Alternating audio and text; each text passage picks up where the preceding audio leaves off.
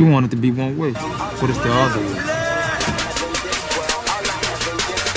They know where Carter at. Straight off the launching pad, marching on the moon, motherfucker. I've been to Mars and back. Cleaner than laundromats. Jumping in something from other countries, companies junkie. You cannot order that. They know where Carter at. Straight off the launching pad, marching on He's here.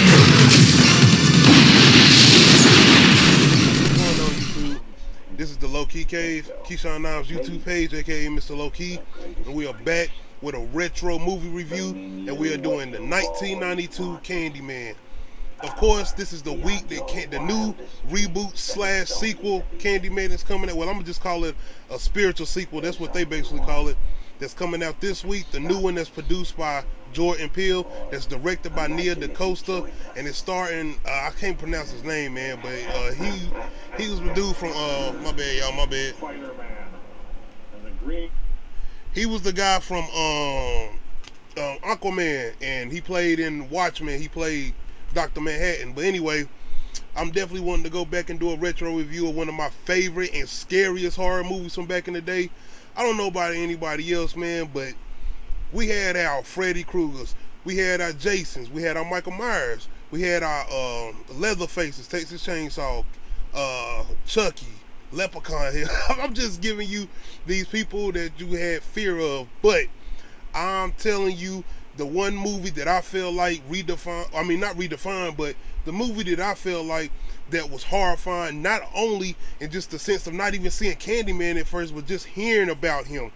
It wasn't the same when like Friday the 13th or the Nightmare on Elm Street. When you seen the brutality of this, like, just think about this movie. You know when the little kid is in the projects telling the white lady Helen about the little boy that got, you know, what happened to him in the bathroom or whatnot, just him telling that story, and then they doing a not reenactment of it, but they showing you the flashback of it and what happened and everything. That shit was terrifying, bro, especially when I was little. Like, just looking at that scene and just hearing about him, because throughout majority of the movie, the first half of the movie, all you hearing is these stories about him, and to me those are more terrifying than when he actually shows up. But he's actually scary when he does shows up. But you got the little janitor lady telling her about him, you got the lady in the projects telling her about him, the woman with the baby or whatnot. But if you don't know the plot, you pretty much have this if she ain't she a graduate student or something, but she already graduated. She's trying to journalist or whatnot, and she's trying to write something. Hold on, man. Hold on. Cause I know I'm not getting confused. I gotta see she's a graduate student. Yeah. Skeptical graduate student Helen befriends a woman while researching superstitions in a housing project on Chicago's near North Side. For Anne Maria, Helen learns about the Candyman. Anyway, this is pretty much going into Cabrini Green projects in Chicago. And you have her pretty much trying to write this story because she stays in these new housings that's been built over older Cabrini Green projects. Like when she opens her window in her apartment, she can see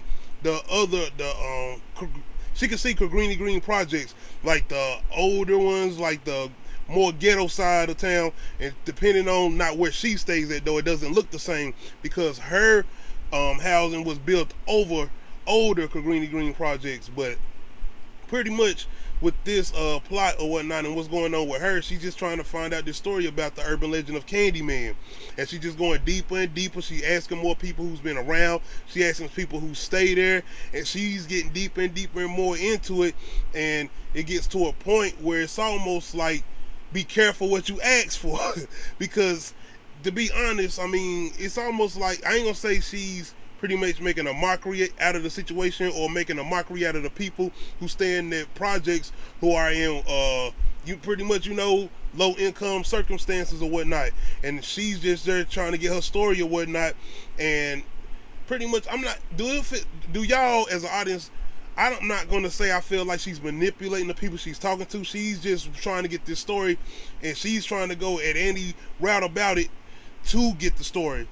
Just so happens that she ends up coming across this dude, coming across a story and coming across this urban legend and not knowing the circumstances of what's going to happen. But the thing I want to get into about Candyman, and as far as just going back, not even paying too much attention to the history of it, not even paying too much attention to the lessons in it, and not really paying attention to like just the mythology of it and what happened to him. This was more of a horror movie to me. Like, I looked at this for like the gore and stuff like that. Shit scared me. But getting older and watching a movie and getting more into movies, you starting to listen to what happened to him in here about this black man that was pretty much tortured for, if I'm not mistaken, he had a relationship with this white woman and he got tortured for it. You know what I'm saying? They cut his hand off, stuck a hook on his hand, covered him in honey, and made him get stung by a bunch of bees or whatnot. And that's another thing you always hearing about these stories in this movie. He paid a pack of brutal hooligans to do the deed.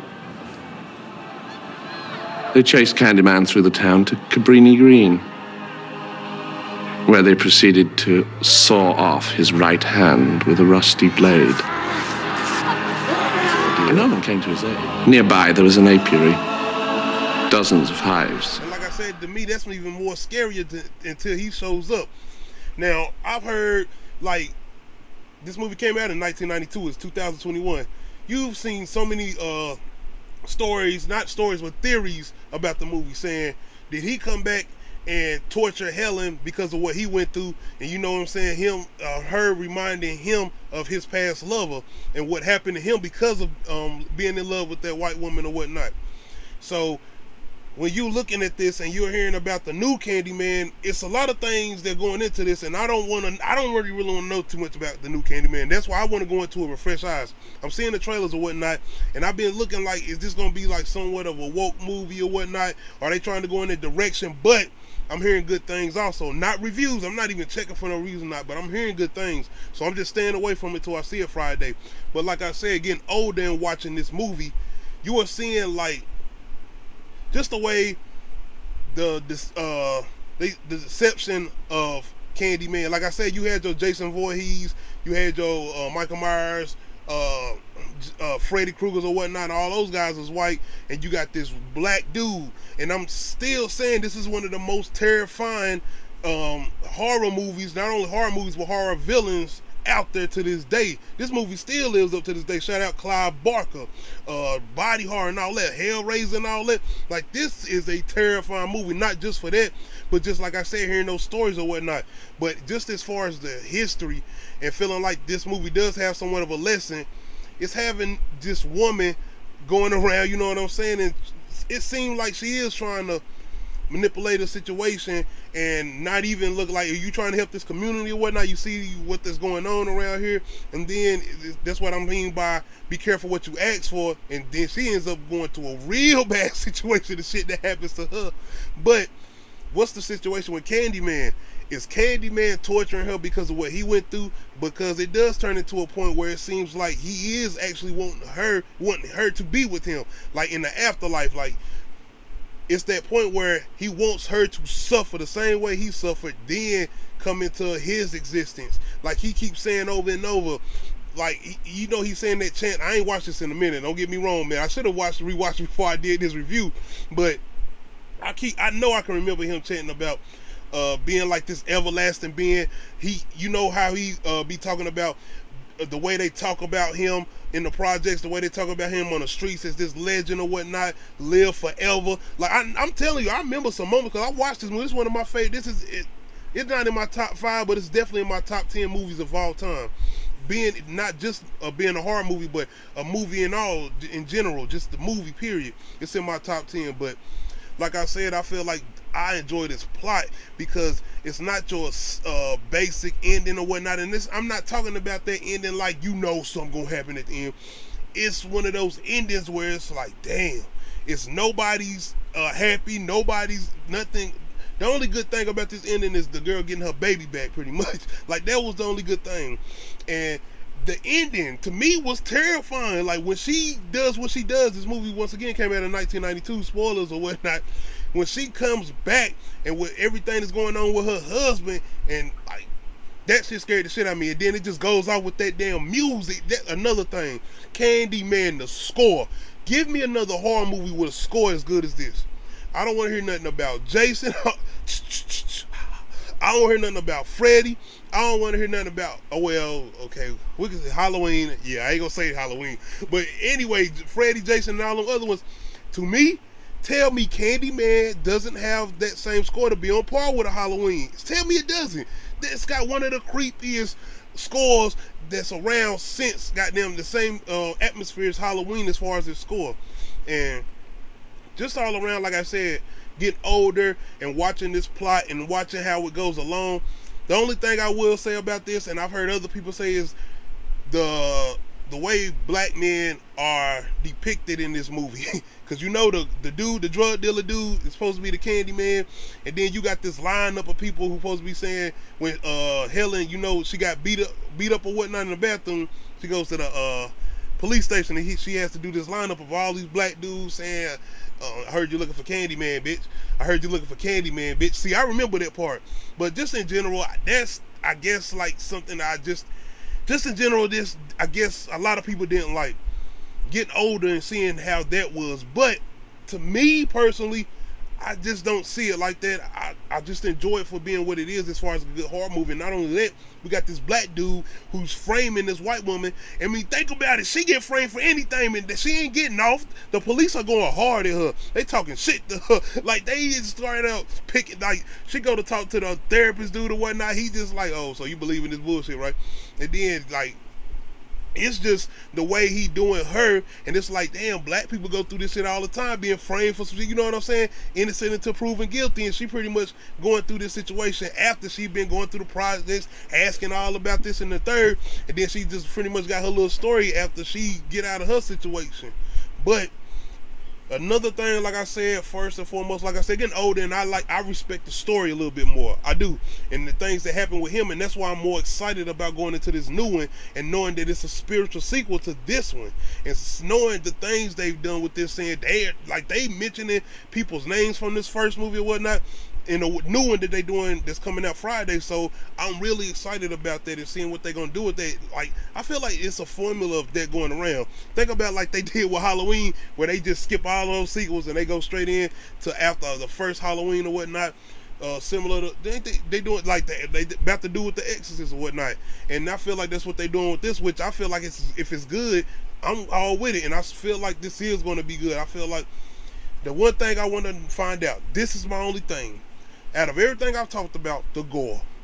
What made Candyman as good as that story and that plot was the gore. It was a brutal movie, and to this day it still stands up as being one of the most brutal horror movies out. Was she talking to the therapist?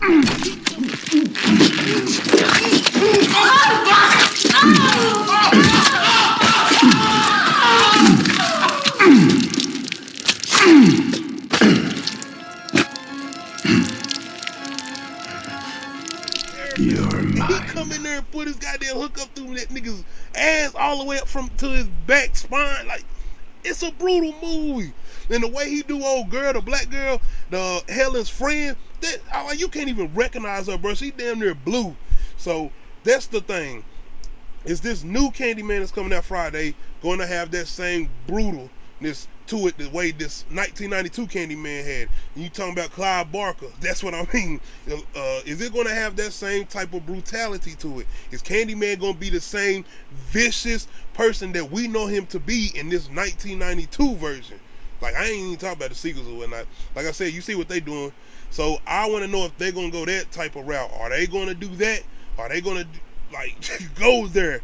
Think about Halloween, the way they went there. Like, they went there and to see this new one about to come at Halloween Kills. And I don't mean to keep mentioning Halloween with Candyman, but I'm just saying, I feel like just having that nostalgia and the way they going and the route they going, and just putting out, even with the score, when you watch this new trailer for Candyman, they got that score in there from the original Candyman.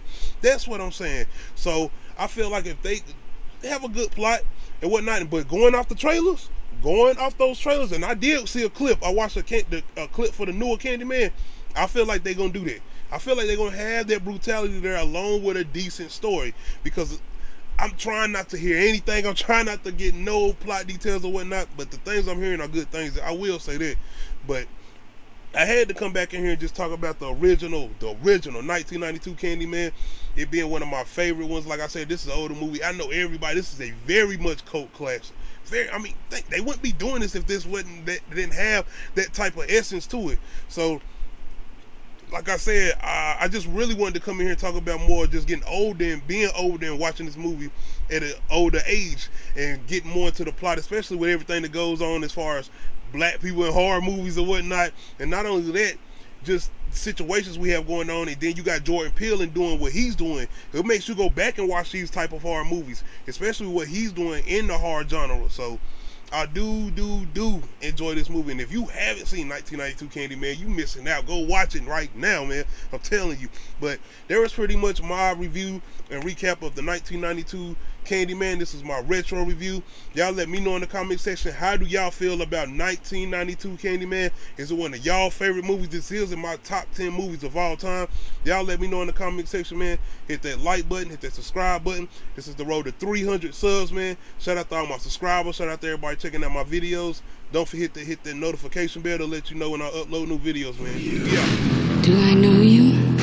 Now she is about to discover. Tell me. Get out!